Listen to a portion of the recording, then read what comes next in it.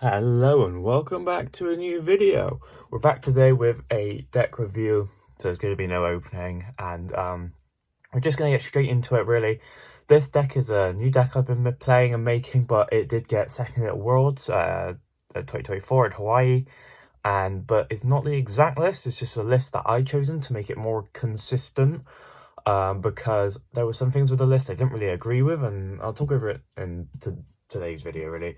But we are going to be talking about Roaring Moon EX, and so how it's so good, and why did it get second at Worlds? Well, it's because it can just one hit KO everything in format. Doesn't matter about any effects on your active Pokemon, apart from there's like counters like Mist Energy, but that's only really in one deck, which is Lugia, so you just got to take the bad matchup on that one and just like kind of work around it. But Calamity Storm is also very good, doing 220 if you discard a Stadium in play. Dark Weakness makes it so that you have a good Guardy matchup. You just absolutely shred through those rolls and Curlias. And yeah, so it's just all good.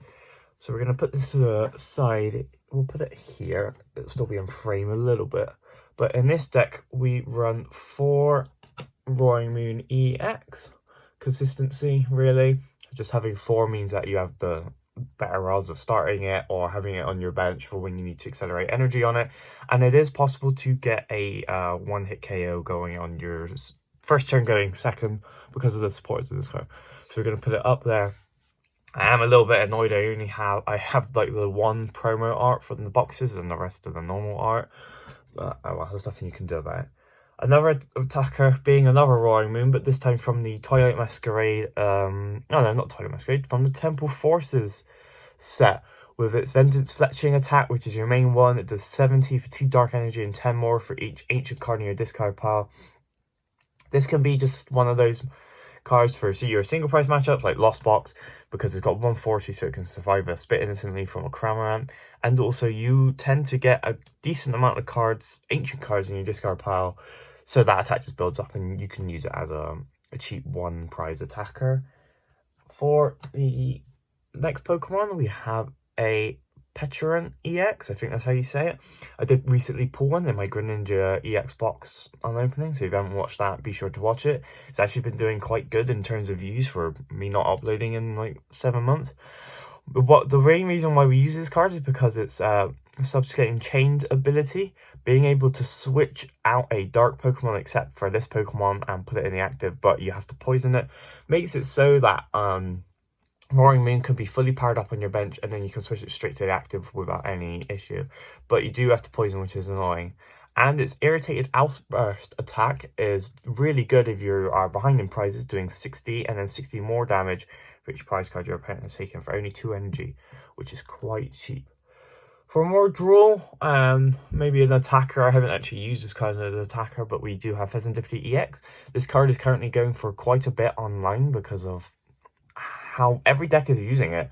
Every single deck is using this card because of its Flip the Script ability. For when one of your Pokemon is knocked out, you are able to then draw 3 cards. It's just simple as that.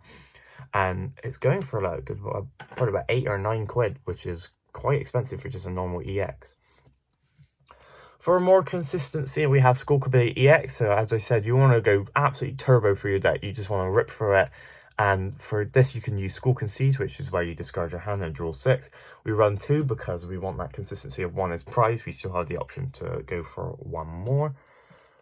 And we then have a Radiant Greninja, because all in this deck you need to put energies in your discard, and a better way to do it was with the ability Concealed Cards, which is where you put 1 energy from your hand to your discard, and you are able to draw 2 cards. So it's just that more extra consistency buffer, and more draw power, which is just really important.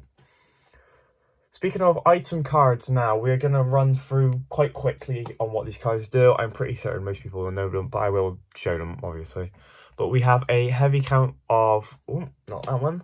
We have 4 Nest Ball, being able to search out your deck out for a basic Pokemon and just straight put it onto your bench. Every Pokemon in this deck is basic, which makes it an easy card to use.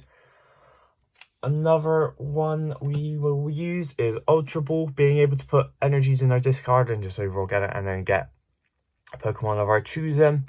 It's quite good for that first turn setup if you're able to discard 2 energy, and that then sets up more cards that I will show later on in here.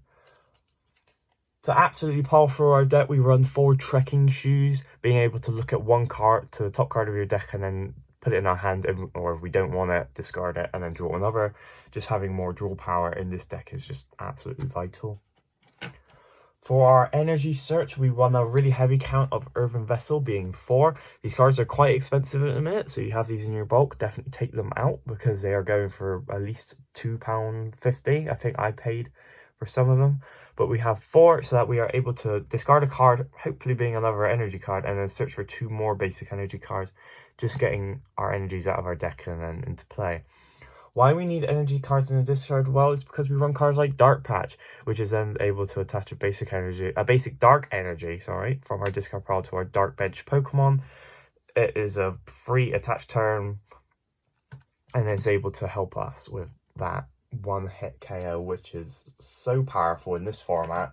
Some decks just cannot adapt to that heavy hitting and that pressure early on.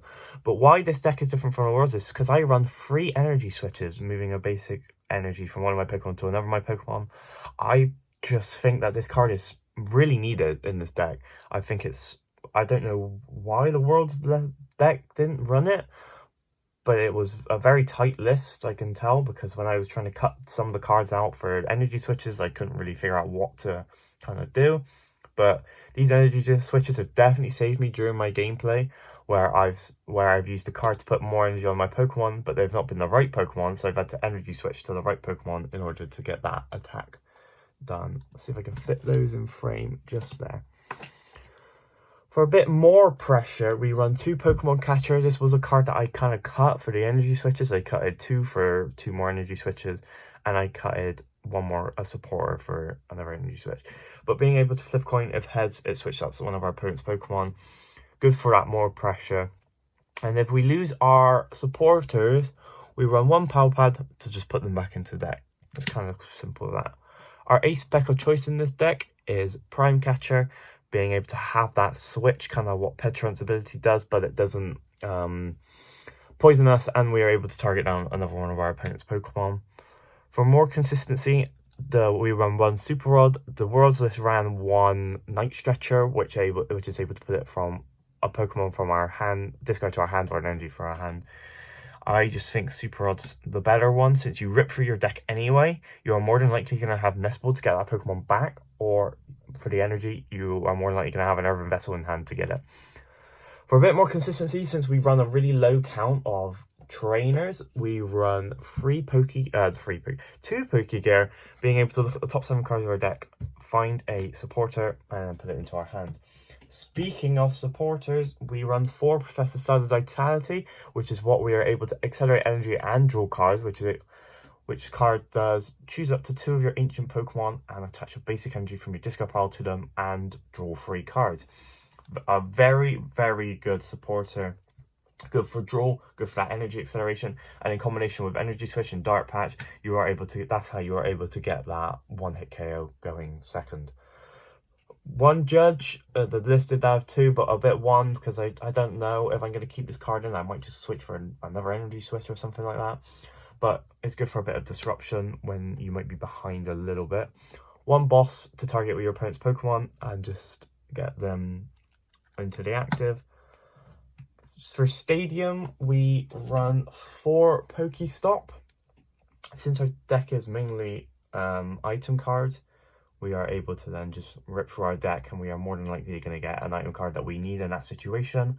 And it's just overall a good bit of speed.